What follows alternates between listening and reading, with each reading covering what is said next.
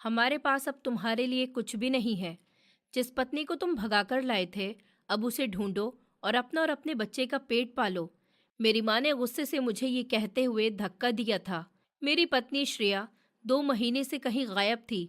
मैंने श्रेया से भागकर शादी की थी, लेकिन मैं नहीं जानता था कि वो मुझे छोड़कर चली जाएगी और अपने 2 साल के बेटे आकाश को भी। मैं मायूस होकर अपनी माँ के घर से निकल गया और एक नदी किनारे जा पहुंचा। वहां बैठकर मुझे अपनी जिंदगी बहुत मुश्किल लगने लगी। मैंने अपने बेटे आकाश का हाथ पकड़ा ताकि नदी में कूद सकूं, लेकिन अचानक एक ऐसी आवाज मेरे पीछे से आई थी। मेरे कदम वहीं जम गए। मुड़कर देखा तो मेरा नाम रुपेश है। मैं एक ऐसे परिवार में रहता हूँ जहाँ सिर्फ उसकी इज्जत की जाती है जो मेरी माँ को पैसे लाकर देता है। मेरा मानना था कि इंसान को पैसे इज्जत से ही कमाने चाहिए, लेकिन मेरी माँ को इस बात से कोई फर्क नहीं पड़ता था। मेरी माँ को सिर्फ पैसा चाहिए था। हम 3 भाई थे, जिसमें से मैं सबसे बड़ा था। मैं रोज अपने काम पर जाया करता था। मैं एक डिलीवरी बॉय वाला काम करता था। मैं हर जगह सामान डिलीवर करता था। मुझे एक मेरे दोस्त ने ये काम दिलवाया था और मैं अपने इस काम से बहुत ज़्यादा खुश था, क्योंकि मैं एक इज्जत की रोटी कमाता था। मुझे जैसे ही सैलरी मिलती थी, फौरन मेरी माँ मुझसे सारे पैसे ले लेती थी। मैं उन्हें कुछ भी नहीं कहता था और चुपचाप सारे पैसे उनके हाथ में रख दिया करता था। मेरे दोनों छोटे भाई कुछ भी नहीं करते थे। सारा दिन वो घर में पड़े रहते थे और माँ से फरमाइश करते रहते थे। माँ उनकी सारी ख्वाहिशों को पूरा करती थी। मैं नहीं जानता था कि माँ के पास इतने पैसे कहाँ से आते हैं कि वो मेरे दोनों छोटे भाइयों की सारी ख्वाहिशों को पूरा कर देती हैं। माँ उन्हें बहुत महंगे महंगे सामान दिलाया करती थी। वो जिस चीज़ पर हाथ रख दिया करते थे, माँ फौरन ही उन्हें दिला देती थी और कहती थी कि बेटा, ये सब कुछ तुम्हारा ही तो है। एक बार मैं अपनी ड्यूटी पर निकला हुआ था। मुझे श्रेया नाम से एक सामान डिलीवर करना था। मैं उस मोहल्ले में पहुंचा तो मुझे घर ढूंढने में काफ़ी परेशानी हो रही थी, लेकिन थोड़ी देर के बाद घर मिल चुका था। मैंने जैसे ही उस घर की कुंडी बजाई, वहां एक बूढ़ी औरत ने दरवाज़ा खोला था और मुझे देखते हुए हैरानी से कहने लगी थी, अब ये सामान किसने मंगाया है? जब ही पीछे से एक खूबसूरत सी लड़की भागती हुई आई। शायद वही श्रेया थी। अरे माँ, ये मेरा सामान है, आप अंदर जाइए, मैं पैसे देकर अभी आती हूँ। उसने अपनी माँ को बहलाकर अंदर भेजने का कहा था। श्रेया, तुम कभी बाज नहीं आ सकती? मैंने तुमसे कितनी बार कहा है कि फालतू पैसा खर्च ना किया करो। एक दिन आगे चलकर तुम पछताओगी। हम तो तुम्हारे लिए क्या कुछ नहीं कर रहे, तुम्हें एक पुलिस वाला बनाना चाहते हैं और तुम हो कि फालतू चीजों में लगी रहती हो। मैं उन दोनों माँ बेटी की बहस देख रहा था कि जब इस श्रेया को अंदाजा हुआ कि मैं उनकी सारी बातें सुन रहा हूँ। अरे माँ, आप अंदर जाइए, बाद में बात करते हैं। उसकी माँ अंदर चली गई थी। फिर उसने मुझे देखते हुए कहा, क्या तुम हम दोनों की बातों को एंजॉय कर रहे थे? उसने आंखें छोटी करते हुए कहा, नहीं नहीं मैडम, ऐसी बात नहीं है। मैं तो सिर्फ आपका काम कर रहा हूँ। आप ही बातों में लगी हुई थी। ये लीजिए आपका ऑर्डर। मैंने उसका पार्सल उसके सामने करते हुए कहा था। उसने मेरे हाथ से पार्सल लिया और मुझे पैसे दे दिए। मैं पैसे लेकर वापस आने लगा, लेकिन मैं पलट पलट कर देख रहा था, क्योंकि वो लड़की मुझे बहुत ही ज़्यादा खूबसूरत लग रही थी।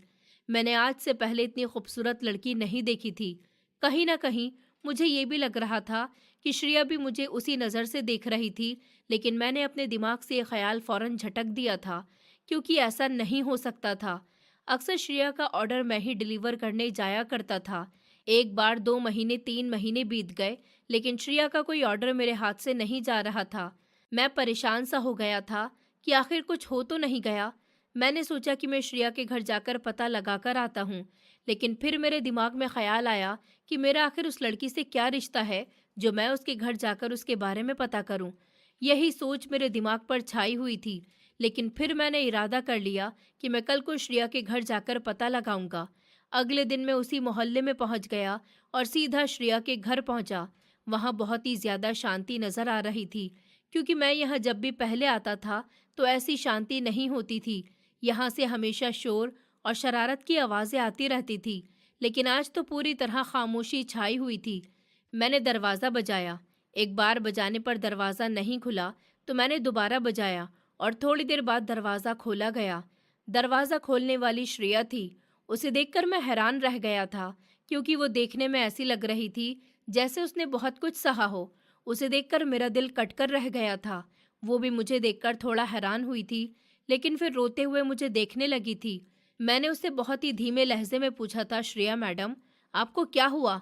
वो दुपट्टे से अपने आंसू साफ करने लगी थी। मैं बहुत ज़्यादा परेशान हो गया था।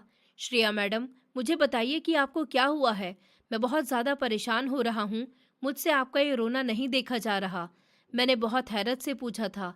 उसने मुझे अंदर आने का इशारा किया और बाहर झांकते हुए घर का दरवाज़ा बंद कर दिया। उसने मुझे सोफे पर बैठने का इशारा किया, लेकिन मुझे कुछ भी अच्छा नहीं लग रहा था। मुझसे उसके आंसू नहीं देखे जा रहे थे। वो भी मेरे सामने सोफे पर बैठ गई थी और मुझे अपनी कहानी सुनाने लगी थी। पहले उसने मुझसे पूछा कि तुम्हारा नाम क्या है? मैंने उसे अपना नाम बताया। मेरा नाम रुपेश है। आप बताइए कि आपको क्या हुआ है? मैं बहुत ज़्यादा परेशान हो रहा हूँ। उसने अपनी नज़रों को झुकाते हुए अपनी कहानी बताई कि जब तुम यहाँ आते थे तो तुमने देखा था कि मेरे माँ बाप मुझे कितने प्यार से रखते थे। लेकिन इतना कहकर वो थोड़ी देर के लिए रुक चुकी थी। लेकिन क्या, बताइए मैडम, मैंने हैरानी से पूछा। लेकिन 2 महीने पहले एक एक्सीडेंट में मेरे माँ बाप मुझे इस दुनिया में अकेला छोड़कर चले गए। अब मैं बिल्कुल अकेली रह चुकी हूँ। मैं नहीं जानती अब मेरा क्या होगा। ऊपर से मेरे चाचा मेरे पीछे पड़े हुए हैं। वो मुझसे मेरा सब कुछ छीनना चाहते हैं। उनका कहना है कि ये घर, ये जायदाद, सब कुछ उनकी है। लेकिन मैं जानती हूँ कि उनका कुछ भी नहीं है। ये सब कुछ मेरा है, क्योंकि मेरे माँ बाप ने ये सब कुछ मेरे लिए रखा था। लेकिन मैं एक लड़की हूँ और मेरे अंदर इतनी हिम्मत नहीं है कि मैं उनके सामने डटकर खड़ी हो सकूं और उनका मुकाबला कर सकूं। उन्होंने तो नकली कागजात भी बनवा लिए हैं और मुझे सिर्फ 1 हफ्ते का टाइम दिया है और कहा है कि तुम 1 हफ्ते के अंदर अंदर इस घर से चली जाओ, वरना धक्के देकर इस घर से निकाल दी जाओगी। ये सुनकर मेरे होश उड़ गए थे। मुझे यकीन नहीं आ रहा था कि कोई इतना बेरहम भी हो सकता है कि अपने ही खून के साथ ऐसा करे। मुझे ये सब सुनकर बहुत ज़्यादा हैरानी हुई और मैंने श्रेया की तरफ देखते हुए कहा था कि आप मुझसे शादी करेंगी? मेरे इस अचानक सवाल पर श्रेया के होश उड़ गए थे। उसने फटी फटी आंखों से मेरी तरफ देखा था। ये तुम क्या कह रहे हो? हम दोनों तो एक दूसरे को जानते भी नहीं हैं। ऐसा कैसे हो सकता है? उसने हैरानी से पूछा। ऐसा कैसे नहीं हो सकता? सब कुछ हो सकता है। अगर तुम हाँ कर दो तो मैं अभी के अभी तुमसे शादी कर लूँगा और तुम्हें यहाँ से सीधा अपने घर ले जाऊँगा। तुम्हें किसी का सामना करने की ज़रूरत नहीं है। तुम्हें कोई बेइज्जत नहीं करेगा। तुम मेरे घर में हमेशा खुश रहोगी। मैं तुमसे वादा करता हूँ कि मैं तुम्हें कभी भी नहीं छोड़ूंगा। मेरी बात सुनकर श्रेया थोड़ी देर के लिए सोच में पड़ गई थी। फिर बहुत सोचने के बाद उसने हाँ के इशारे में सर हिला दिया था। थोड़ी ही देर में मैंने अपने दोस्त को फ़ोन करके शादी का इंतज़ाम करवाया और कुछ ही देर के बाद श्रेया मेरी पत्नी बन चुकी थी। मुझे यकीन नहीं आ रहा था कि जिस लड़की के बारे में मैं सिर्फ सोचता रहता था, आज वो मेरी ज़िंदगी बन गई है। मैंने खुद से वादा किया था कि मैं कभी भी श्रेया की आंखों में आंसू नहीं आने दूंगा, उसे हमेशा खुश रखूंगा। मैं श्रेया को उसके घर से निकाल लाया था। श्रेया ने अपना कुछ सामान एक बैग में इकट्ठा किया और मेरे साथ चल पड़ी। वो पलटकर बार बार अपने घर को देख रही थी, जिस घर में उसने अपनी एक जिंदगी गुजारी थी। मैंने श्रेया का हाथ पकड़ा और उसे अपने साथ लेकर चल दिया। लेकिन अंदर से मैं भी बहुत डरा हुआ था, क्योंकि मैं अपनी माँ को बहुत अच्छी तरह जानता था। मुझे पता था कि अब मेरे घर में एक बहुत बड़ा हंगामा होने वाला है। मेरी माँ कभी भी श्रेया को नहीं अपनाने वाली थी, इतना तो मुझे पता था। लेकिन मैंने फिर भी श्रेया को अपनी ज़िंदगी में शामिल कर लिया था। जैसे ही मैं घर पहुंचा तो मेरे कदम लड़खड़ाने लगे थे। मैं जानता था कि अंदर क्या होने वाला है। श्रेया उस घर को देखकर थोड़ा हैरान हुई थी, क्योंकि मेरा घर बहुत ज़्यादा छोटा था। हम कोई बहुत अमीर लोग नहीं थे, लेकिन श्रेया को वो घर भी किसी महल से कम नहीं लग रहा था, क्योंकि अगर उसके चाचा उसे उसके घर से निकाल देते तो वो कहाँ जाती। मैं उसका हाथ पकड़े अपने घर के अंदर आया। मेरी माँ सामने सोफे पर ही बैठी हुई थी। उन्हें देखकर मुझे थोड़ा डर लगने लगा था, लेकिन मैंने श्रेया का हाथ पूरी मजबूती से थाम लिया था। उन्होंने मेरे साथ आई लड़की को देखकर अपनी आंखें छोटी करी थी। वो सोच में पड़ गई थी कि मैं अपने साथ किसे लेकर आ गया हूँ। वो मुझे घूर घूर कर देखने लगी और आखिरकार उन्होंने पूछ ही लिया, रुपेश, ये सब क्या है? ये लड़की कौन है और तुम इसे हमारे घर में क्यों लेकर आ गए हो? क्या तुम्हें लगता है कि हमारा घर बहुत बड़ा है, जो हम किसी को भी अपने घर में रख सकते हैं? उनकी बात सुनकर मैं परेशान हो गया था, लेकिन ये समय परेशान होने का नहीं था। मुझे उन्हें सारी सच्चाई बतानी थी। माँ, ये लड़की कोई अनजान नहीं बल्कि ये आज से मेरी पत्नी है। इसका नाम श्रेया है। मेरी इतनी बात सुनकर ही मेरी माँ के होश पूरी तरह उड़ चुके थे। उन्होंने हैरानी से फटी फटी आंखों से मेरी तरफ देखा और फिर गुस्से से श्रेया की तरफ देखने लगी और आगे बढ़कर उसके गाल पर एक जोरदार थप्पड़ दे मारा। तुम्हें शर्म नहीं आती? एक लड़के के साथ चक्कर चलाती हो और फिर भागकर शादी करके आ जाती हो। क्या तुम्हें किसी की इज्जत का कोई ख्याल नहीं है? तुम्हें अपने माँ बाप की इज्जत का ख्याल नहीं आया? माँ ने बहुत ही गुस्से से श्रेया की तरफ बढ़ते हुए कहा था। मैं फौरन श्रेया के सामने आकर खड़ा हो गया था। माँ, श्रेया की कोई गलती नहीं है। मैं श्रेया को पसंद करता था और अब इसके माँ बाप इस दुनिया में नहीं रहे। ये पूरी तरह अकेली हो चुकी थी तो मेरे पास कोई और चारा नहीं बचा था। मुझे श्रेया बहुत पसंद है। मैं अपनी पूरी जिंदगी इसके साथ गुजारना चाहता हूँ और मैं नहीं चाहता कि आप कोई भी बदतमीजी इसके साथ करें।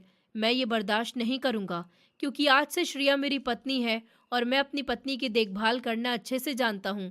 अगर आज के बाद आपने श्रेया के साथ कोई भी बदतमीजी की या उस पर हाथ उठाया तो मैं ये घर छोड़कर चला जाऊंगा। मेरी धमकी सुनकर माँ हैरान रह गई थी। तुम कल की आई लड़की के लिए अपनी माँ को छोड़ दोगे, जिसने तुम्हें बचपन से पाला है, जिसने तुम्हें इतना बड़ा किया है?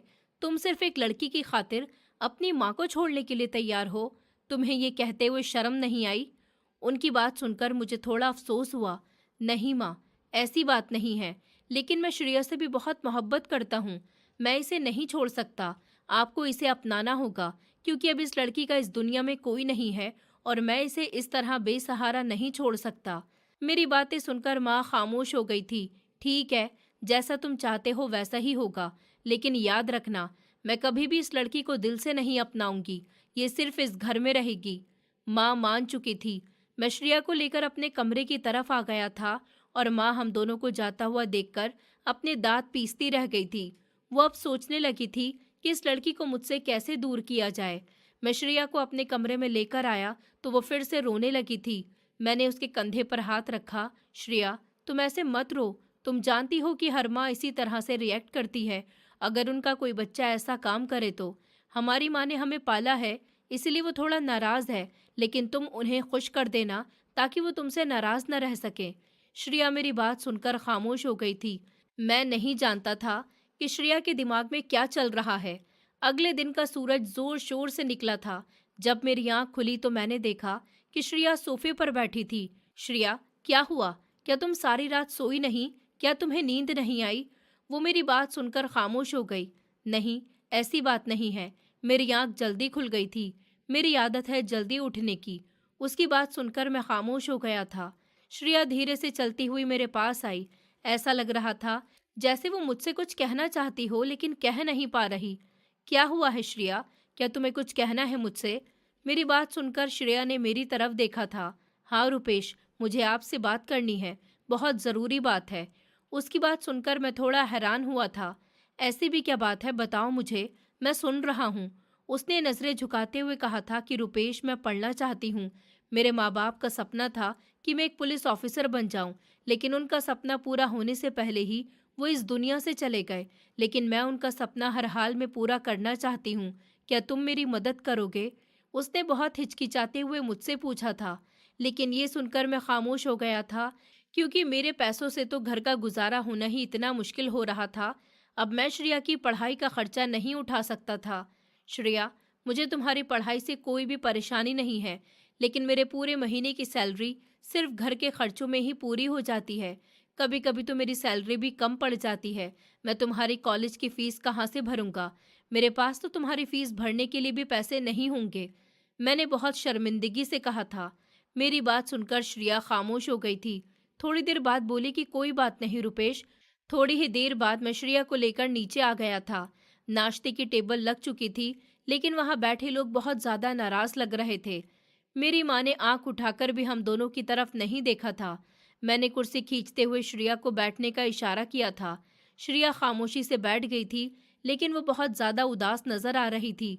माँ ने हम दोनों से ही कुछ नहीं कहा था। नाश्ता करने के बाद मैं रोज की तरह अपने काम पर जाने लगा। मैं नहीं जानता था कि मेरे पीठ पीछे अब मेरी पत्नी के साथ क्या होगा। मेरे जाते ही मेरी माँ श्रेया से नौकरों की तरह पूरे घर का काम करवाती थी। श्रेया को घर का कोई भी काम करना नहीं आता था, लेकिन वो फिर भी सारे काम करने की कोशिश करती थी। जब भी कोई काम गलत हो जाता था तो मेरी माँ उसे बहुत ज़्यादा डांटती थी। देखते ही देखते इसी तरह 2 महीने बीत गए। जब हम खाने की टेबल पर बैठे हुए थे तो मेरी माँ ने मेरी तरफ देखते हुए कहा था, अब तुमने शादी तो कर ली है, मुझे पोते की सूरत भी दिखा दो। ये सुनकर श्रेया पूरी तरह हैरान रह गई थी। वो भी इस तरह की कोई भी जिम्मेदारी नहीं चाहती थी। माँ की बात सुनकर मैं खामोश हो गया था और दिल ही दिल में खुश होने लगा था, क्योंकि मैं भी चाहता था कि कोई मुझे पापा कहकर पुकारे। श्रेया कुछ कहना चाहती थी, लेकिन उसके शब्द उसका साथ नहीं दे सके और वो खामोश ही रही। देखते ही देखते 2 महीने और बीत गए जब पता चला कि श्रेया माँ बनने वाली है। जब मेरी माँ को ये खबर मिली तो उन्हें कोई खुशी नहीं हुई, बल्कि वो और डर गई थी। उन्हें अपनी कही हुई बात पर अफसोस हो रहा था कि आखिर उन्होंने मुझसे ऐसा क्यों कहा था, क्योंकि अब वो जानती थी कि अगर एक बार श्रेया का बच्चा हो गया तो श्रेया के कदम इस घर में और ज़्यादा मजबूत हो जाएंगे। वो श्रेया को किसी भी सूरत अपनाना नहीं चाहती थी, लेकिन अब कुछ नहीं हो सकता था। माँ को अभी भी ख्याल नहीं था कि श्रेया माँ बनने वाली है। वो उससे पूरा दिन इसी तरह काम करवाती रहती थी। श्रेया की कमर में दर्द रहता था, लेकिन वो फिर भी घर के सारे काम करती थी, क्योंकि वो माँ से बहस नहीं करना चाहती थी। एक दिन मैं टाइम से पहले ही घर पहुंच गया तो देखा कि श्रेया जमीन पर बैठकर पोछा लगा रही है और बार बार अपनी कमर पकड़ रही है, जैसे उसकी कमर पर बहुत दर्द हो रहा हो। मैं फौरन से आगे बढ़ा और उसके हाथ से पोछा फेंकते हुए बोला, आखिर तुम्हें ये काम करने की क्या ज़रूरत है? क्या तुम्हें नहीं पता कि तुम माँ बनने वाली हो? अगर तुम्हें कुछ हो गया तो?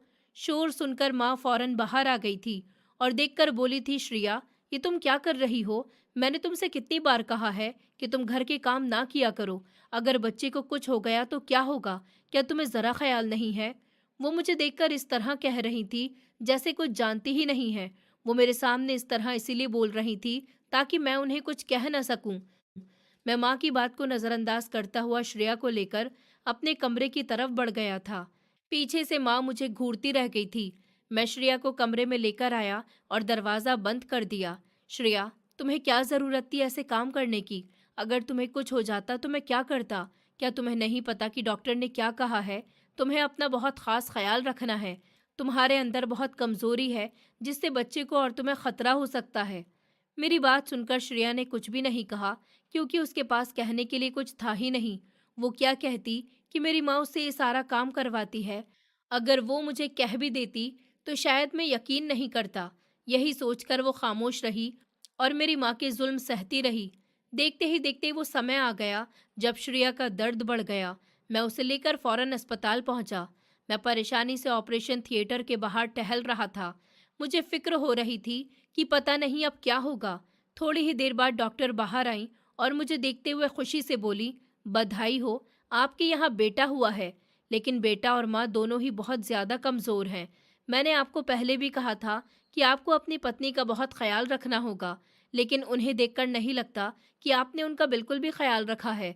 वो दोनों ही बहुत ज़्यादा कमज़ोर हैं। हमने अभी उन्हें आईसीयू में रखा है। थोड़ी देर के बाद हम उन्हें कमरे में शिफ्ट कर देंगे, तब आप उनसे मिल लेना। ये खबर सुनकर मैं बहुत ज़्यादा खुश हुआ था, लेकिन कहीं न कहीं मैं थोड़ा उदास भी था कि वो दोनों अभी बिल्कुल ठीक नहीं हैं। थोड़ी ही देर के बाद जब श्रेया को कमरे में शिफ्ट कर दिया गया, मैं उससे मिलने के लिए कमरे में आया था। मुझे देखकर श्रेया की आंखों में आंसू आ गए थे, लेकिन उसने उन्हें छुपाने की बहुत कोशिश की थी। मैंने आते ही प्यार से श्रेया के बालों पर हाथ फेरा था और अपने छोटे से बच्चे को गोद में उठाया था। देखो श्रेया, ये बच्चा हमारा है। कितना खूबसूरत है ना, बिल्कुल तुम्हारी तरह। श्रेया बेटे को देखकर खुश हुई थी। रुपेश, हम इसका बहुत ज़्यादा ख्याल रखेंगे। अगर मुझे कुछ हो जाए तो मुझसे वादा करो कि तुम मेरे बेटे का बहुत ख्याल रखोगे। ये सुनकर मेरी आंखें फटी की फटी रह गई थी। ये तुम क्या कह रही हो श्रेया? तुम्हें कुछ नहीं होगा। तुम हमेशा मेरे साथ रहोगी और हम दोनों मिलकर अपने बेटे को बहुत अच्छी तरह पालेंगे। श्रेया के होठों पर हल्की सी मुस्कुराहट आ गई थी। हम इसका नाम आकाश रखेंगे। ये सुनकर श्रेया खुश हुई थी। बहुत ही प्यारा नाम है। माँ भी मिलने के लिए आई थी, लेकिन उनके चेहरे पर आज भी खुशी नजर नहीं आ रही थी। वो आज भी उसी तरह गुस्से में नजर आ रही थी, लेकिन उन्होंने खुद के चेहरे पर कंट्रोल किया हुआ था। घर पहुंचकर मैं श्रेया और बच्चे को सीधा अपने कमरे में ले आया था। वहां मैंने श्रेया को बहुत सख्ती से कहा था कि श्रेया, अब तुम्हें बहुत ख्याल रखना है, अपना भी और अपने बेटे का भी। समझ रही हो ना? मेरी बात सुनकर श्रेया ने हाँ के इशारे में सर हिलाया था। दिन पहले की तरह ही गुजरने लगे थे। माँ श्रेया से खूब काम करवाती थी और आकाश इधर उधर लेटा रहता था, क्योंकि श्रेया को टाइम ही नहीं मिलता था। श्रेया ने एक दिन मुझे आकर बताया था कि रुपेश, मैं तुमसे एक बात कहूँ। मैंने फौरन कहा था कि हाँ बोलो, तुम्हें पूछने की क्या ज़रूरत है। रुपेश, मैं जो भी कहूँगी वो झूठ नहीं होगा, तुम्हें मेरी बात का यकीन करना होगा। मैंने तुम्हारे दोनों छोटे भाइयों को चोरी करते हुए देखा है। इसे सुनकर मैं हैरान रह गया था। ये तुम क्या कह रही हो श्रेया? ऐसा नहीं हो सकता, शायद तुम्हें कोई गलतफहमी हुई है। नहीं रुपेश, मुझे कोई गलतफहमी नहीं हुई। मैंने तुम्हारे दोनों भाइयों के हाथों में बहुत ढेर सारे पैसे देखे थे और वो अपनी माँ के कमरे में जाकर उन्हें दे रहे थे और बता रहे थे कि आज देखिए माँ, हमें कितने ढेर सारे पैसे मिले हैं। ये सब कुछ मैंने अपनी आंखों से देखा है। तुम्हारे भाई तो कोई काम भी नहीं करते, तो उनके पास इतने पैसे कहाँ से आए? क्या तुम्हें नहीं लगता कि मैं सच कह रही हूँ? ये सुनकर मैं थोड़ा हैरान हुआ था, लेकिन फिर फौरन से बोला था कि शायद तुम्हें सच में कोई गलतफहमी हुई है। ऐसा नहीं हो सकता, मेरे भाई चोरी नहीं कर सकते। लेकिन फिर अचानक मेरे दिमाग में ख्याल आया कि मेरी माँ कैसे मेरे दोनों भाइयों पर पैसे लुटाती थी, लेकिन मेरे भाई ऐसा नहीं कर सकते थे। मुझे पूरा यकीन था। श्रेया अपनी बात कहकर खामोश हो गई थी, क्योंकि उसे यकीन था कि मैं उसकी बात पर यकीन नहीं करूँगा। वो रोज़ कुछ न कुछ ऐसा देखती रहती थी, लेकिन मुझे नहीं बताती थी, क्योंकि उसे पता था कि मैं उसकी बात पर यकीन नहीं करूँगा। देखते ही देखते 2 साल बीत गए। श्रेया मेरी माँ से बहुत ज़्यादा तंग आ चुकी थी। मेरी माँ उसे बहुत ज़्यादा परेशान करती थी। उससे पूरा दिन घर का काम करवाती थी। 2 मिनट के लिए भी उसे बैठने का मौका नहीं देती थी। एक दिन जब मैं थका हारा घर वापस आया तो देखा कि घर में हंगामा मचा हुआ है। मेरी माँ सोफे पर बैठी अपना सर पीट रही थी और मेरा बेटा आकाश टहल रहा था। मैं भागता हुआ अपनी माँ के पास आया था। माँ, क्या हुआ है? आप ऐसे क्यों रो रही हैं? उन्होंने मुझे पकड़ते हुए कहा, देख लिया ना बेटा, मैं तुमसे कहती थी ना कि ऐसी लड़कियां बिल्कुल ठीक नहीं होती। आज वो चली गई किसी और के साथ, वो किसी लड़के के साथ भाग गई है। तुम्हें मेरी बातों का यकीन नहीं हो रहा था ना? तो देखो आज वो खुद तुम्हें छोड़कर चली गई किसी और के साथ। वो तुमसे तंग आ चुकी थी। ये सुनकर मैं हैरान हुआ था। माँ, ये आप क्या कह रही हैं? ऐसा कैसे हो सकता है? श्रेया मुझे छोड़कर कहीं नहीं जा सकती। आपको सच में कोई गलतफहमी हुई है।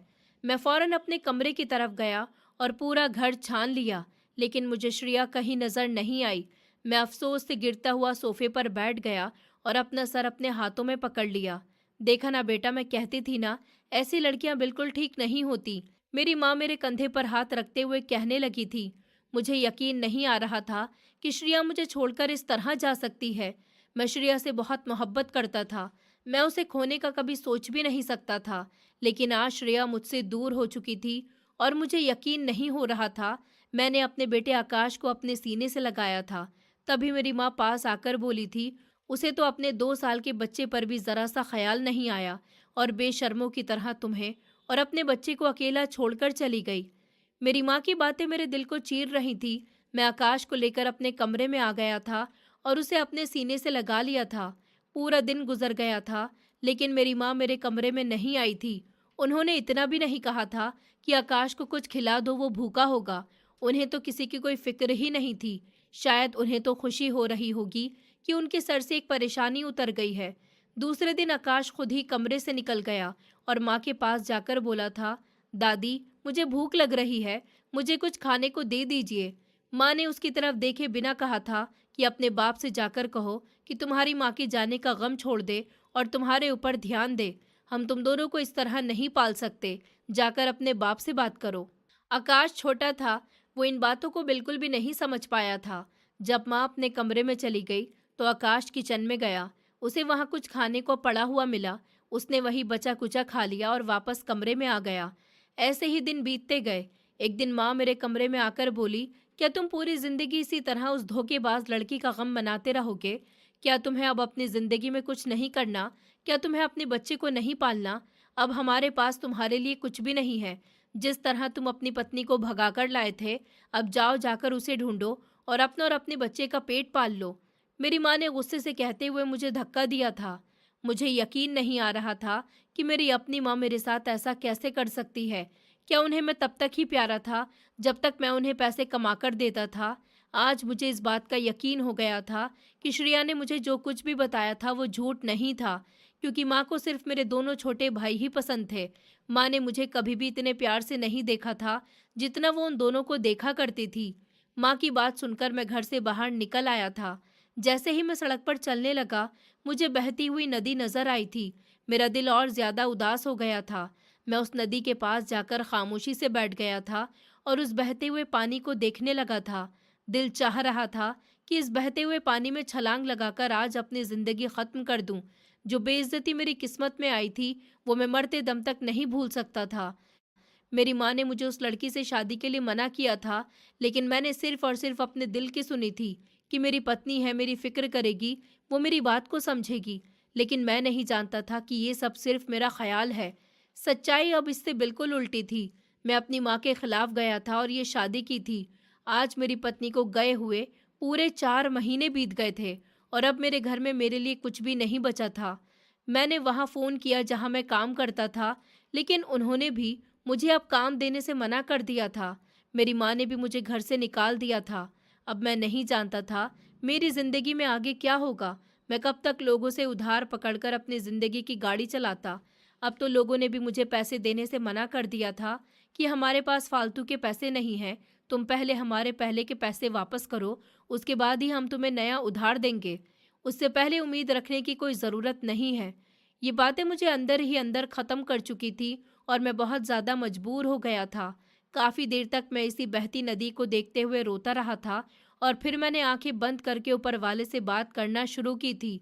है ऊपर वाले, मैं अब बहुत ज़्यादा मजबूर हूँ। मेरे पास अब कुछ भी नहीं है। मेरा बच्चा भूखा है और एक बाप अपने बच्चे को भूखा नहीं देख सकता। मेरे अंदर हिम्मत नहीं है अब और इस दुनिया से जंग लड़ने की। मैं अपनी ज़िंदगी को ख़त्म करने जा रहा हूँ। मैं तेरे आगे हाथ जोड़ता हूँ, मुझे माफ़ कर देना। तू हमेशा लोगों का साथ देता है, तो मुझे भी माफ़ कर देना। ये कहकर मैंने अपने बच्चे को गोद में लिया था और नदी में छलांग लगाने के लिए कदम आगे बढ़ाया था, जब अचानक एक भारी आवाज़ सुनाई दी थी। मैंने पलटकर देखा, सामने एक आदमी खड़ा हुआ था जिसने काले रंग के कपड़े पहन रखे थे, चेहरे पर मास्क लगा हुआ था। मैं कुछ कहता इससे पहले ही वो मुझे देखते हुए बोला, नदी में छलांग लगाने की ज़रूरत नहीं है, आप हमारे साथ चलिए। आपको खाना भी मिलेगा, रहने की जगह भी मिलेगी और आपके बच्चे को अच्छा फ्यूचर भी मिलेगा। जबकि मैं फौरन बोला था कि मुझे कुछ भी नहीं चाहिए, ये सब कुछ धोखेबाजी होती है।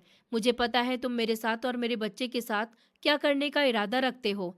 मैंने अक्सर फिल्मों में देखा था कि अक्सर ऐसे लोग आते हैं, झूठे वादे करते हैं और फिर अगले इंसान को बेच दिया जाता है। लेकिन वो अचानक मेरी तरफ बढ़ते हुए बोला, अच्छा होगा आप मेरे साथ इज्जत के साथ चलिए, वरना हमारे पास और भी तरीके हैं। मेरे हाथ पैर ठंडे पड़ना शुरू हो गए थे। ये किस तरह मुझसे बात कर रहा था। मैं कुछ कहता इससे पहले ही उसने अपनी जेब से रुमाल निकाला था। अगले ही लम्हे मैंने हाथ खड़े कर दिए थे और उसे देखते हुए बोला, कुछ भी उल्टा सीधा नहीं करना, मैं तुम्हारे साथ चल रहा हूँ। तुम हो कौन, पहले मुझे ये तो बताओ, और मुझे कहाँ लेकर जाओगे।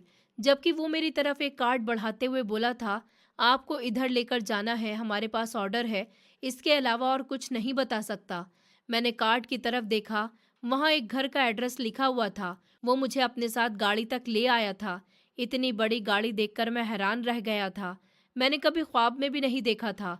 उसने मुझे गाड़ी में बिठाया और सीधा गाड़ी को भगा ले गया। एक लंबा सफ़र तय करके गाड़ी एक बंगले के सामने रुकी थी और मैं परेशान होकर गाड़ी से उतर गया था। मेरा बच्चा मेरी गोद में ही था।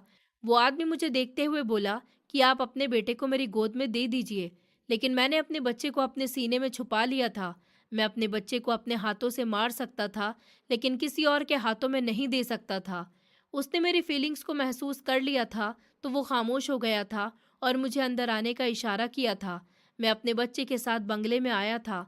वो बंगला नहीं बल्कि महल था।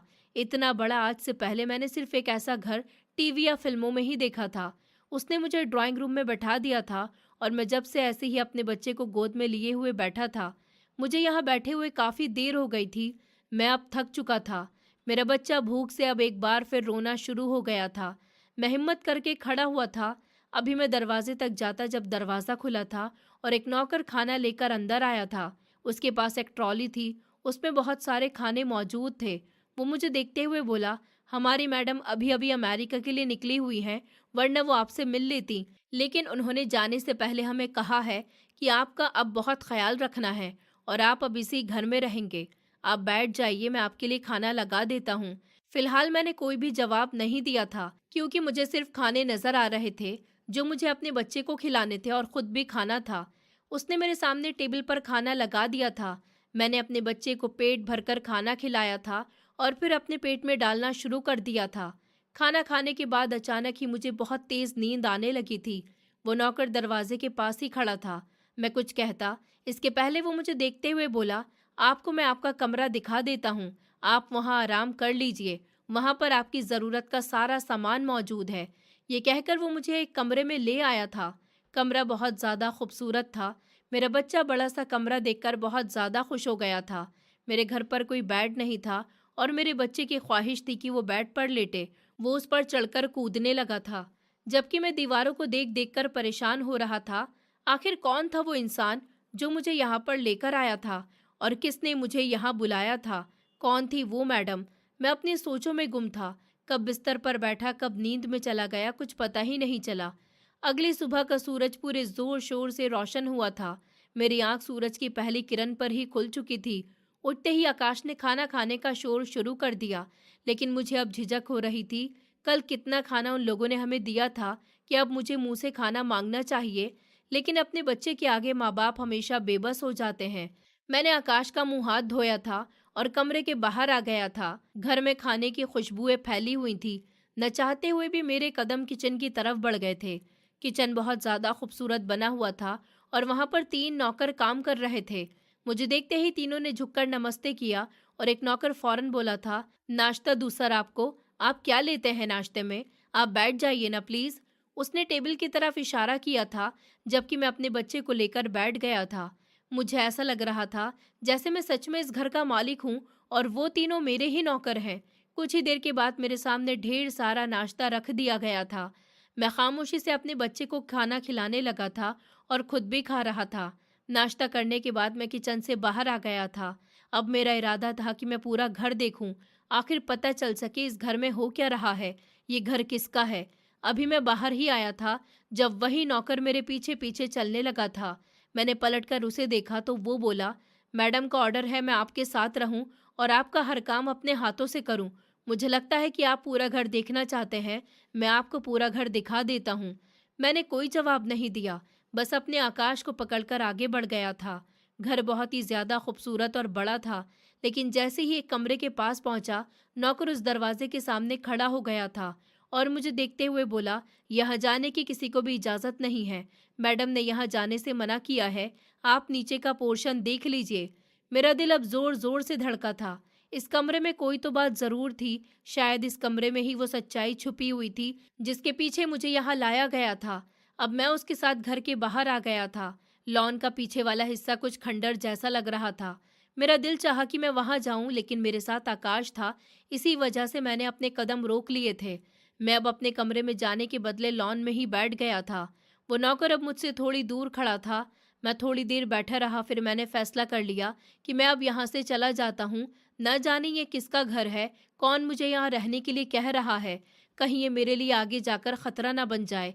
मेरे पास इतने पैसे नहीं हैं कि मैं यहाँ रहने का किराया भी दे सकूं। मैंने उस नौकर को देखा था और पास बुलाया था। वो फौरन मेरे सामने आकर खड़ा हो गया था। मैं उसे देखते हुए बोला कि मैं अपने घर वापस जाना चाहता हूँ। आपने जितना भी मेरा ख्याल रखा उसके लिए धन्यवाद। मेरे पास इतने पैसे नहीं हैं, वरना मैं यहाँ रहने का पैसा भी दे देता। जबकि वो मेरे आगे हाथ करते हुए बोला, साहब आप कहीं नहीं जा सकते जब तक मैडम का ऑर्डर नहीं मिल जाता। अगर आप यहाँ से निकल भी गए तो गेट पर गार्ड आपको आगे नहीं जाने देंगे। हम मजबूर हैं। आप एक बार मैडम से मिल लीजिए, उनकी इजाज़त ले लीजिए और वो हमें ऑर्डर दे दें तो आप यहाँ से जा सकते हैं। इसके अलावा आपका यहाँ से जाना बहुत मुश्किल है। उसकी बात सुनकर मैं फौरन बोला, ये कैसी जिद है भाई? मेरी अपनी मर्जी है कि मैं यहाँ से जा रहा हूँ। मुझे किसी की इजाज़त की ज़रूरत नहीं है। अगर आप लोग मुझे ज़बरदस्ती यहाँ रोकेंगे तो मैं पुलिस में आपकी शिकायत करूँगा कि आप लोगों ने मुझे किडनैप करके यहाँ रखा हुआ है। जबकि वो फौरन बोला, आपको जो दिल चाहे आप कर लेना, लेकिन जब तक आप मैडम से नहीं मिल लेते आप नहीं जा सकते। ये कहकर उस नौकर ने सर झुका लिया। मैंने आकाश को देखा, वो भी खामोश नज़रों से मुझे ही देख रहा था। मुझे अब डर लगने लगा था कि अगर मैं उनसे उलझा और उन्होंने मुझे नुकसान पहुंचाया और वो नुकसान मेरे आकाश को भी पहुंचाया तो मैं क्या करूँगा? इसलिए मैं खामोशी से कमरे की तरफ बढ़ गया था, लेकिन दिल में वही डर बैठा हुआ था। मुझे अब अफ़सोस होने लगा था कि मैं उस आदमी की बात सुनकर आया ही क्यों था। मैं शोर मचा देता, तो वो मुझे कभी भी बेहोश नहीं कर पाता और ना ही अपनी गाड़ी में बिठाता। कमरे में बंद होकर मेरा दिल और घबराना शुरू हो गया था। कुछ तो गड़बड़ थी, जो मुझे बार-बार महसूस हो रही थी। मेरा बेटा चेहरा थाम कर बोला, पापा, ये सब क्या हो रहा है? हम कहाँ हैं? हम घर कब जाएंगे? लेकिन मेरे पास उसके किसी सवाल का कोई जवाब नहीं था। मैं ऊपर वाले का शुक्र कर रहा था कि मेरी कोई बेटी नहीं थी। अगर मेरी बेटी होती तो मैं क्या करता, उसे कैसे बचाता और उसकी माँ को क्या जवाब देता कि तुम्हारे पीछे मैंने तुम्हारी बेटी की इज्जत खराब करवा दी। इसी ख्याल को सोचकर मैं शुक्र करने लगा। काफ़ी देर तक मैं बैठा इसी सोच में डूबा हुआ था और फिर कमरे में टहलने लगा था। नज़र अचानक खिड़की पर गई थी। मैंने फौरन पर्दा हटाया और दरवाजे की तरफ नज़र गई तो मेरा दिल बैठ गया था। वहां पर बड़े बड़े दो कुत्ते खड़े हुए थे, जो जीभ लटकाए मेरे कमरे की तरफ ही देख रहे थे। वहां पर दो वर्दी में मौजूद गार्ड भी थे, जिनके हाथ में बड़ी बड़ी राइफल थी। मैं कहाँ फंस गया था? मेरा दिल अब और ज्यादा घबराने लगा था। मैं एक झोपड़ी जैसे घर में रहने वाला इतने बड़े महल में आकर भी सुकून में नहीं था, क्योंकि सिवाय डर के मुझे और कुछ भी महसूस नहीं हो रहा था। खुशी तो बिल्कुल भी महसूस नहीं हो रही थी। मैं वापस आकर बिस्तर पर बैठ गया था और सोचने लगा कि आखिर मेरी इतनी मदद कौन कर सकता है, किसको मेरे ऊपर इतना तरस आ सकता है। लेकिन काफ़ी देर सोचने के बाद भी मेरे दिमाग में ऐसा कोई इंसान नहीं आया था जो इतना अमीर हो और मेरी इतनी मदद करे। पूरा दिन रोज की तरह बीत गया था। खाने के वक्त मुझ तक खाना पहुंचाया जा रहा था। रात का अंधेरा गहरा हो चुका था। मेरे दिमाग में सिर्फ वही कमरा घूम रहा था जहां पर नौकर ने मुझे जाने से रोक दिया था। मुझे उस कमरे को हर हाल में देखना था। जब आकाश सो गया तो मैं छुपकर कमरे से बाहर आया। सारे नौकर भी सो चुके थे। मैं जैसे ही कमरे की तरफ बढ़ रहा था कि अचानक वही नौकर मेरे सामने आकर खड़ा हो गया, जो हमेशा मेरे साथ रहता था। उसे देखकर मैं हैरान रह गया था। सर, मैंने आपको पहले भी बताया था कि आप इस कमरे में नहीं जा सकते। इस कमरे में अलार्म लगे हुए हैं। अगर आपने इस कमरे के दरवाजे को हाथ भी लगाया तो अलार्म बजने लगेगा और सारे लोग यहाँ पर इकट्ठे हो जाएंगे। आप मेरी बात को समझ रहे हैं ना? फिलहाल आप ये जान लीजिए कि एक हफ्ता और रुक जाइए। एक हफ्ते तक मैडम वापस आ जाएंगी, फिर आपको पूरी सच्चाई वो अपने मुंह से बता देंगी। लेकिन इससे पहले आप ऐसी कोई भी गलती मत करिए जो आपके लिए भी नुकसान बन जाए और आपके बच्चे के लिए भी। ऐसा मैंने नहीं, मैडम ने बोला है। अब आप जाइए और आराम कर लीजिए। आज मैं वक्त पर आ गया, वरना मैडम की अपनी चीज़ों को कोई अगर हाथ लगाता है तो उन्हें सीधा शूट करने का ऑर्डर है। वो आदमी जो भी था कोई नौकर नहीं लग रहा था, बल्कि बहुत पढ़ा लिखा आदमी लग रहा था। मैंने कोई जवाब नहीं दिया, बस सर झुकाकर कमरे में आ गया था। आखिर कौन था जो मेरे ऊपर लगातार नजर रख रहा था? किसने मुझे इस घर में जगह दी? आखिर कौन थी वो मैडम? मेरा दिमाग अब काम करना बिल्कुल बंद कर चुका था। मेरी आंख सुबह आकाश की जागने पर खुली थी। वो खाना मांग रहा था। मैंने मुंह हाथ धोया था और नीचे आ गया, जबकि उस नौकर ने मुझे देखते ही नाश्ते का पूछकर बनाना शुरू कर दिया था। लेकिन मेरा दिल अब अजीब सा हो रहा था। आज मैं उस खंडर जैसी जगह पर भी जाना चाहता था जहां मैं कल नहीं गया था। मैंने इरादा कर लिया था कि अपने आकाश को नौकर के हवाले करके इस नौकर के साथ वहां पर जाऊंगा। क्या पता वहां पर कोई सुराग मिल जाए। नाश्ता वगैरह करने के बाद मैं उस नौकर को देखते हुए बोला था कि मैं उस जगह पर भी जाना चाहता हूँ। पूरा दिन कमरे में बोर हो जाता हूँ, इसलिए मैं उस जगह पर भी जाना चाहता हूँ जो रह गई थी। एक लम्हे के लिए उस नौकर का रंग उड़ गया था, लेकिन फिर उसने हाँ के इशारे में सर हिलाया। मैंने आकाश को सख्ती से कहा कि किचन से बाहर नहीं जाना और यहाँ टेबल पर ही बैठे रहना, और वहाँ मौजूद सारे नौकरों से भी कहा था कि मेरे बच्चे पर नज़र रखना। ये कहकर मैं उस नौकर को साथ लेकर घर के पिछले हिस्से की तरफ आ गया था। वहाँ पर काफ़ी सारी चीज़ें पड़ी हुई थी, पुरानी लकड़ियाँ, पुरानी मोटर और बहुत सारी चीज़ें। मैं बचते हुए काफ़ी आगे आ गया था जब अचानक मेरी नज़र एक दरवाजे पर गई थी, जो अच्छे तरीके से बंद था। मैंने उस नौकर को देखकर सवाल किया था कि आखिर इसमें क्या है। वो दरवाज़ा खोल कर बोला, ये बेसमेंट है, अगर आप देखना चाहते हैं तो चले जाइए। मैडम ने यहाँ जाने से मना नहीं किया, बल्कि उन्होंने बोला था कि अगर आपके पास वक्त हो तो मैं आपको यहाँ लेकर ज़रूर आऊँ। एक लम्हे के लिए मेरे दिल में डर पैदा हुआ था कि मैं कहाँ आ गया हूँ, मैं कहाँ फंस गया हूँ।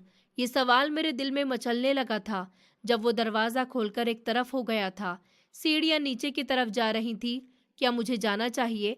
मैंने पलटकर नौकर को देखा। वो मुझे ही मुस्कुराकर देख रहा था। मैंने कदम पहली सीढ़ी पर रखा था, लेकिन जैसे ही मैंने दूसरी सीढ़ी पर कदम रखा, पीछे से दरवाज़ा ज़ोरदार आवाज़ के साथ बंद हो गया था।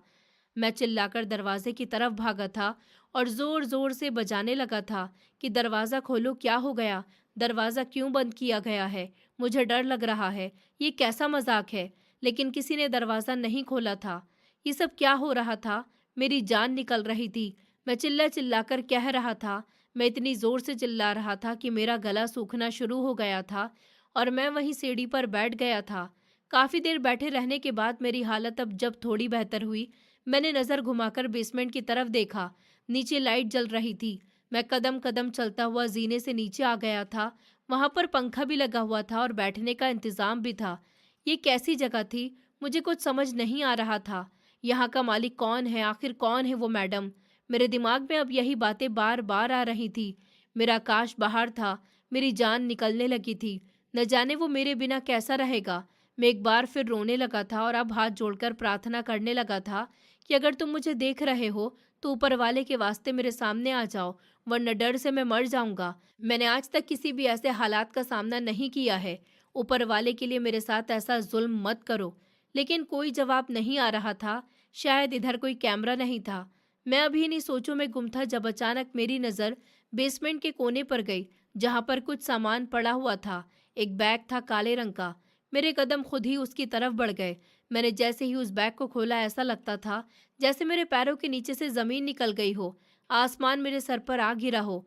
मैं सोच भी नहीं सकता था कि यहाँ पर ये सामान भी हो सकता है। मैं अब धीरे-धीरे सामान को बाहर निकालने लगा और जैसे-जैसे सामान बैग से बाहर आ रहा था, मुझे सब समझ आना शुरू हो गया था कि यहाँ मुझे किसने पहुँचाया है और ये घर किसका है और वो मैडम कौन है। लेकिन अब जब सारी चीज़ें मेरे सामने थीं, तो सिर्फ एक लम्हा लगा था सच्चाई तक पहुँचने में। मैं बिल्कुल खामोश होकर बैठ गया था। मैं किसी बुरे हाथों में नहीं था, बस अब मुझे 1 हफ्ते का इंतज़ार करना था। मैं अभी इसी ख़्याल में गुम था जब बेसमेंट का दरवाज़ा खुला था और उस नौकर ने आवाज़ दी थी कि आप बाहर आ जाइए, मैडम ने आपको बुलाया है। जबकि मैं हैरान हुआ था, जो मैडम 1 हफ्ते बाद आने वाली थी, अचानक वो कैसे आ गईं? मैं फ़ौरन खड़ा हो गया और भागते हुए दरवाज़े पर पहुँचा। मैं कुछ कहता इससे पहले ही वो बोला, मुझे माफ़ कर दीजिए जो मैंने आपके साथ ऐसा रवैया रखा। लेकिन मैडम का ऑर्डर था, इसलिए हम मजबूर थे। आप आ जाइए, वो मैडम लाउंज में बैठी हुई हैं। मैं सर हिलाकर उसके साथ बंगले के अंदर की तरफ बढ़ गया। जैसे ही मैं अंदर आया, सामने ही वो औरत बैठी हुई थी। आकाश उसकी गोद में बैठा हुआ उससे बातें कर रहा था, क्योंकि वो कोई और नहीं बल्कि मेरी वो पत्नी थी जो मुझे छोड़कर चली गई थी। लेकिन अब उसके कपड़े देखकर मैं हैरान रह गया था। वो मुझे देखते ही अपनी जगह से खड़ी हो गई थी।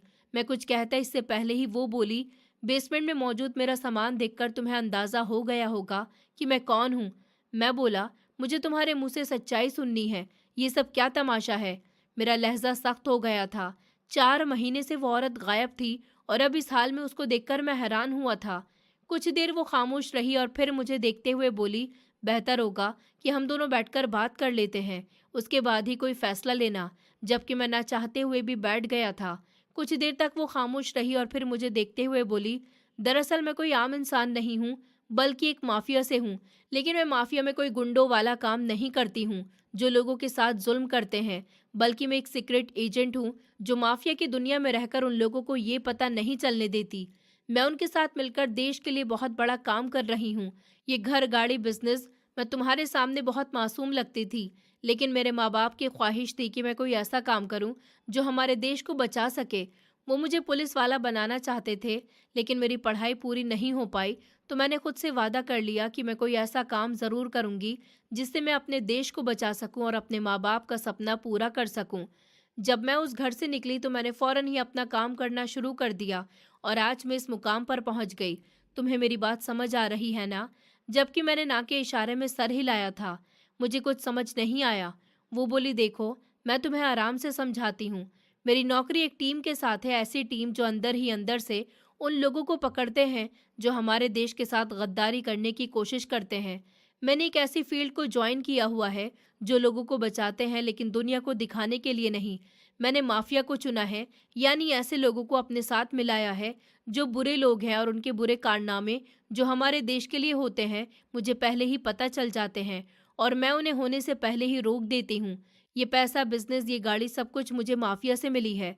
वहां से मैंने ये सब बनाया है। जो नौकरी मैं करती हूँ वो भी बहुत अच्छी है। इससे मुझे लाखों रुपए मिलते हैं। जब मुझे पता चला कि तुम अपने घर में ही सुकून से रह रहे हो, मेरे बच्चे को और तुम्हें खाना मिल रहा है, तो मैं बहुत सुकून में थी। लेकिन जब तुम्हें सबने उधार देने से मना कर दिया, तभी मेरा इरादा हो गया तुम्हें और आकाश को यहाँ लाने का। मुझे ये भी पता है कि तुम नदी में सुसाइड करने के लिए बैठ गए थे। मैं उसकी बात सुनकर रोने लगा था। जब उसने आगे बढ़कर मुझे गले से लगा लिया था और मुझे तसल्ली देते हुए बोली, हिम्मत मत हारो, हालात कैसे भी हों, इंसान को मरने का ख्याल दिमाग में लाना ही नहीं चाहिए। मुझे पता है मैंने बहुत गलत किया, 4 महीने के लिए तुम्हें अकेला छोड़ दिया, लेकिन हाँ, मैं इतना ज़रूर जानती हूँ कि तुम्हारे ऊपर से मेरी नज़रें नहीं हटी थी। मैं दूर होकर भी तुम्हारे बारे में सब कुछ जानती थी, लेकिन मैं जो 4 महीने गायब रही, उसके लिए मैं दिल से माफ़ी चाहती हूँ। अपनी पत्नी को प्लीज़ माफ़ कर दो। उसकी बात सुनकर मेरा दिल चाहा कि मैं उससे नाराज़ हो जाऊं, लेकिन अपने देश की भलाई का सोचकर मैं चुप हो गया था। अक्सर ऐसा होता है, जो लोग देश की भलाई करते हैं उन्हें अपने घर वालों को छोड़ना पड़ता है। ऐसे कई लोग जिंदगी गुजारते हैं। क्या मैं जिंदगी नहीं गुजार सकता था? मेरे सिर्फ 4 महीने ही तो बुरे गुजरे थे। जब तक मेरी पत्नी मेरे साथ थी, मैं बहुत ज़्यादा खुश था। मैंने उसे सच्चे दिल से माफ़ कर दिया था, लेकिन उसने मुझसे ये बोला था कि मैं तुम्हें यहाँ नहीं रख सकती, सिर्फ इसलिए क्योंकि तुम उन सबकी नज़रों में आ जाओगे। और माफिया की दुनिया इतनी बुरी है कि अगर कभी मेरी किसी से दुश्मनी हुई तो वो लोग तुम्हें मार देंगे, और मैं तुम्हें या अपने बच्चे को नुकसान नहीं पहुंचाना चाहती। इसलिए तुम उस घर में जाओगी जहां मैं तुम्हें भेजूंगी। अब तुम्हें वहां पर सारा सामान मिल जाया करेगा। मैंने मना नहीं किया और फौरन हाँ कर दिया। मैं अपने बच्चे के साथ अभी खुशहाल जिंदगी उसी घर में गुजार रहा हूँ। मेरी माँ ने मुझसे बात करने की कोशिश की थी। शायद उन्हें अपनी गलती का एहसास हो गया था, लेकिन मैंने उन्हें माफ़ नहीं किया था। जिस इंसान ने मेरे इतने बुरे वक्त में मुझे मरने के लिए छोड़ दिया, उसे क्या मैं माफ़ करता?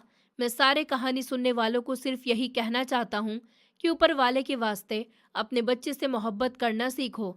अगर बच्चे गलत कर रहे हैं, अपनी पसंद से शादी कर रहे हैं, तो ऊपर वाले के वास्ते उनका साथ दो, उनके साथ जुल्म मत करो। अपने बच्चों को इंसान समझो, जानवर नहीं। दोस्तों, उम्मीद करती हूँ आपको हमारी कहानी पसंद आई होगी। कहानी पसंद आई है तो वीडियो को लाइक करें, चैनल पर नए हैं तो चैनल को सब्सक्राइब करें, और हाँ, नोटिफिकेशन बेल को ज़रूर दबाएं ताकि अगली अपडेट सबसे पहले आपको मिले।